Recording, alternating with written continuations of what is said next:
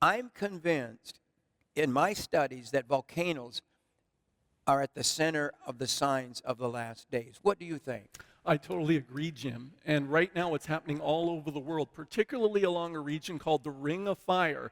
It's a ring that kind of rings the entire Pacific Ocean. And so Mexico, California, Oregon, Washington State, Alaska, they all set along this Ring of Fire. And if you go to Volcano Discovery, it's a website that tracks these things, more than 30 volcanoes have recently erupted around the world, and most of them are along this Ring of Fire. Wow. So it's not just Mount St. Helens, I'm also watching Mount Rainier, but down in Mexico, Mount Popocatépetl, that's a mouthful, but down in Mexico in September, this is something that happened in September, it started coming back to life. It started all these explosions of steam, and people started becoming concerned. And then in October, ash and black smoke started billowing out at regular intervals out of this giant volcano. Now, this volcano sits about 50 miles away from Mexico City with their 18 million residents. Oh, my. 7 million more people live in the vicinity of this Mount Popocatépetl. It's the Aztec word for smoking mountain.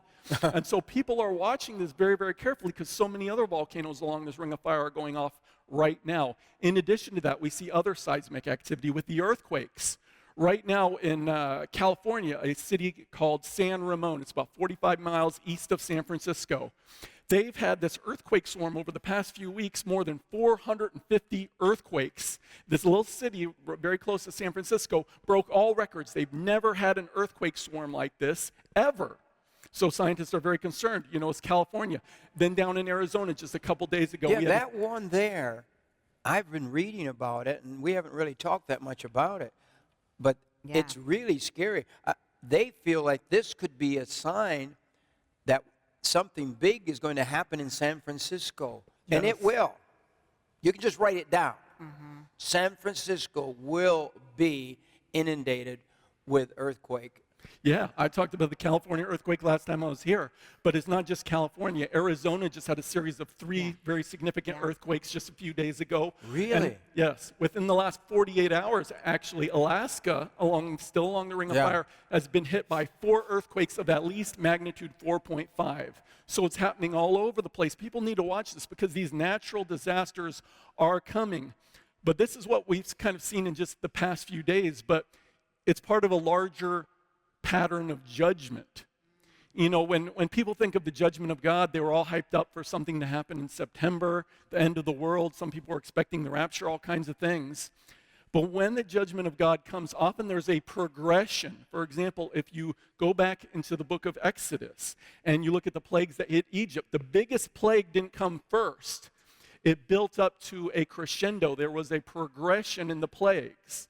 And so I believe that this is what we started to see. For example, you go back to September, we had fires. If people remember, there were tremendous fires all over, particularly the western part of the United States. I know because a fire came to within about 10 miles of my own home. Wow. And so, but these are the worst fires in history, though, out west. Well, according to the National Interagency Fire Center, going back throughout U.S. history, up to this point in the year, the second most acres that have been burned that we've ever seen, and many of them have hit very populated areas. For example, in California, September 23rd, a very important date we talked about before, Barack Obama actually declared a major disaster, a major national emergency for this valley fire down in California so federal funding can be released. A similar thing happened up in Washington State.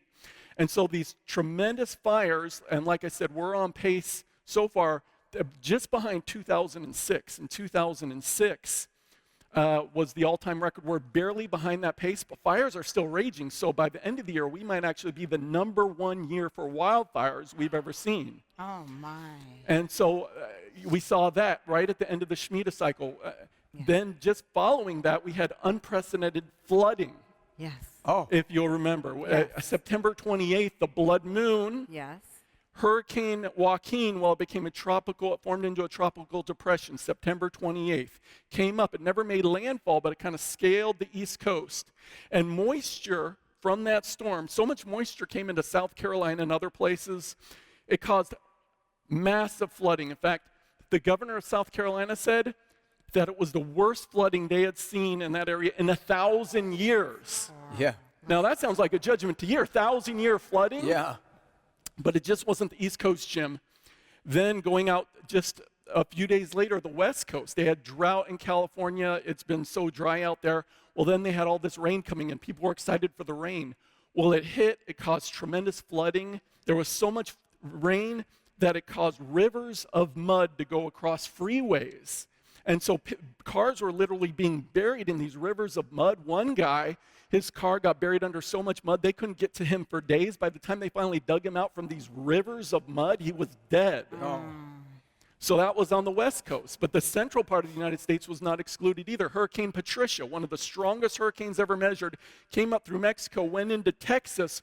Horrible flooding there in Texas, just here recently. Right. And there was so much rain that it actually knocked a train off the tracks. It derailed an entire train, caused deaths, all kinds of destruction in Texas. So we have the East Coast, we have the West Coast, we have the central United States with all that flooding just within this period of time since the Shemitah ended. So we had the fires, we had the floods, now we've got these volcanoes and this earthquake activity happening.